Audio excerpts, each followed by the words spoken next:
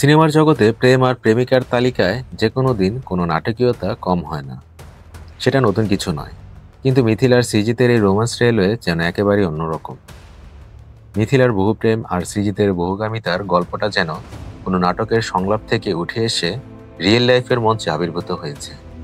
মিথিলা, যিনি প্রেমের বাগানে একের পর এক নতুন ফুলের মতো উঠছেন, তার বহুপ্রীতির তালিকায় যেন কোনো এক অদৃশ্য মন্ত্র কাজ করছে। প্রতিদিনই কেউ না কেউ নতুন প্রেমিক তালিকায় যুক্ত হচ্ছেন। প্রেমিকা নয়, প্রেমের রাজকন্যা মিথিলার পরিচয় এখন সবার মুখে মুখে। তবে প্রশ্ন হলো, এই বহুপ্রীতি আর বহুগামিতার খেলায় শেষ কোথায়? মিথিলা কি শেষমেশ এক প্রেমিককে বেছে নেবেন, নাকি প্রেমের মালায় আরো ফুল জুড়ে যাবেন? সৃজিত কি শেষ পর্যন্ত একাকী হবেন, নাকি আরো কেউ এসে তার জীবনে ঢুকবেন? আমরা জানি প্রেমের শেষ নেই, তবে সত্যিকার প্রেমের শেষ হতেই পারে।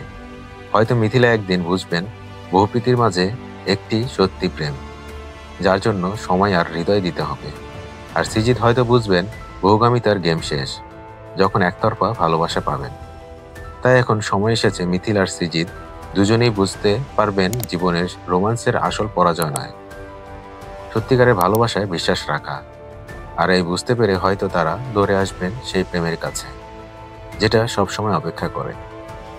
তবুও বলাই যায়, মিথিল আর সৃজিতের এই প্রেমের কাহিনী আমাদের শেখায়, প্রেম মানে বারবার যতবার ভালো লাগে, কিন্তু শেষের শেষে জীবনের প্রকৃত প্রেম তো শুধু একটাই।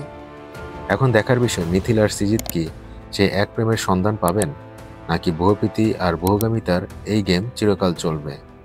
এই রোমান্টিক কাহিনীর আসল ফাইনাল আমাদের সামনে আসার অপেক্ষায়।